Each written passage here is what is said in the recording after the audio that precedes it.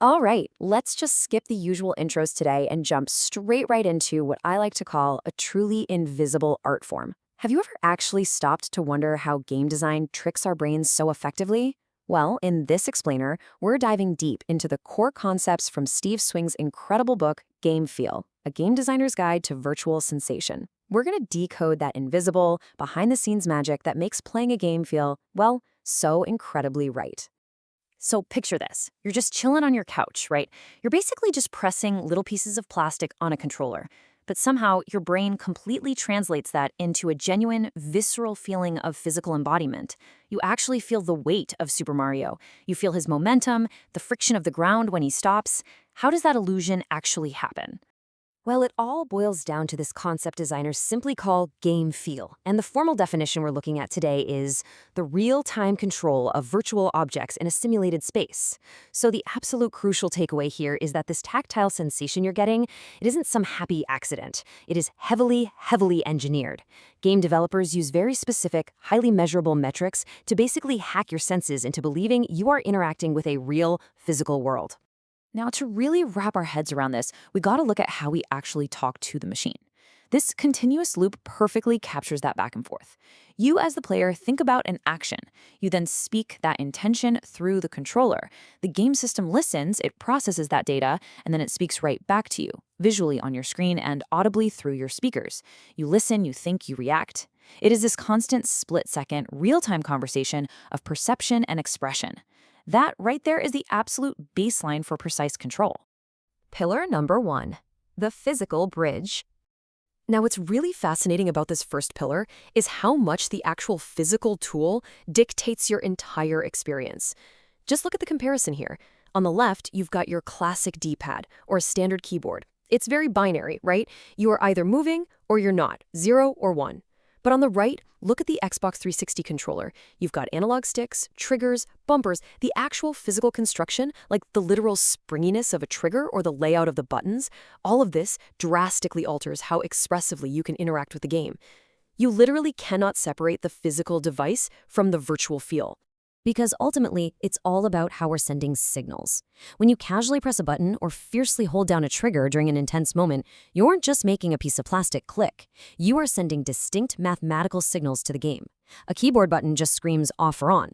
But an analog stick, man, it sends thousands of potential states across the X and Y axes. You press, you hold, you ease up, and the system is reading every single microscopic variation in your physical touch, turning human intention directly into data. Moving on to pillar number 2, response interaction processing. Right, so this is the digital reaction to your physical input. And the jumping mechanic in Super Mario Bros. Is literally the perfect example of a system brilliantly processing a signal over time. Think about it. If you do a tiny, quick tap on the jump button, Mario does this tiny little hop. But if you really hold that button down, he launches into his maximum full-height jump. The game is actively modulating your input over time. It gives the avatar a sense of physical weight and gives you incredibly expressive control. That is exactly why Mario feels so loose and dynamic compared to older, stiffer arcade games. And developers don't just guess here, they measure this digital reaction using hard metrics. They're looking at parameters like the number of objects you control at once, the dimensions you move in, and this crucial thing called the ADSR envelope. That stands for attack, decay, sustain, release. Basically, it mathematically maps exactly how a game parameter changes over the exact duration you hold down a button. By combining the sensitivity of your physical input with this digital response sensitivity, developers can actually quantify the overall sensation of control. Which brings us to pillar number 3, context-simulated space. Let's see how this all builds together, because honestly, your input and the game's response mean absolutely nothing without this third pillar, context. Let's do a quick thought experiment.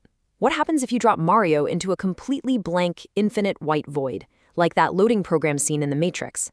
If you make him run and jump in that void, does it mean anything? Nope. Without a solid floor to push off of, walls to bounce against, or a spatial layout to navigate, the motion entirely loses its meaning. You literally cannot feel speed, weight, or distance without a grounding reality.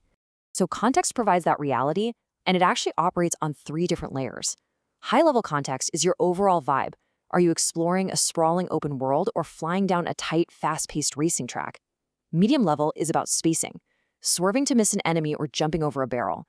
And low-level context is the super intimate stuff. It's the literal collision code running when two objects physically hit each other. These layers act as the absolutely crucial backdrop that makes your speed and interactions feel impactful. Finally, Section 4, Synthesis, creating the real experience. Okay, so we've got our three pillars: input, response, and context. Now let's look at the final synthesis. How do these mechanical metrics actually combine to completely override our human senses? Well, here is the exact formula that creates the illusion of game feel. You stack these core metrics. Step 1, the input, that physical tool in your hands. Step 2, the response, how the code reacts to your touch. And step 3, the context, the simulated space where it all goes down. When a designer balances these three perfectly, something truly incredible happens inside your brain. You develop what the source calls virtual proprioception. Now, proprioception is normally just your body's natural ability to sense its own position in physical space. It's how you know where your hand is even with your eyes closed. But in a highly tuned game, the screen literally becomes your eyes, the speakers become your ears, and the controller becomes your sense of touch. Your senses extend outward, right into the digital avatar. The game world feels real because your sensory feedback loop is being directly and intentionally overwritten by the game's systems. And there's a brilliant analogy that illustrates this final effect, this fluid shifting of identity. Think about driving a car. As your senses naturally extend to the edges of the vehicle to help you park or merge on the highway, the car basically becomes an extension of you. When you get into a fender bender, you don't jump out and say, "Oh, his automobile hit my automobile." No. You say, "He hit me." Perfectly executed game feel does the exact same thing. Your identity fluidly shifts right into the virtual objects you are controlling.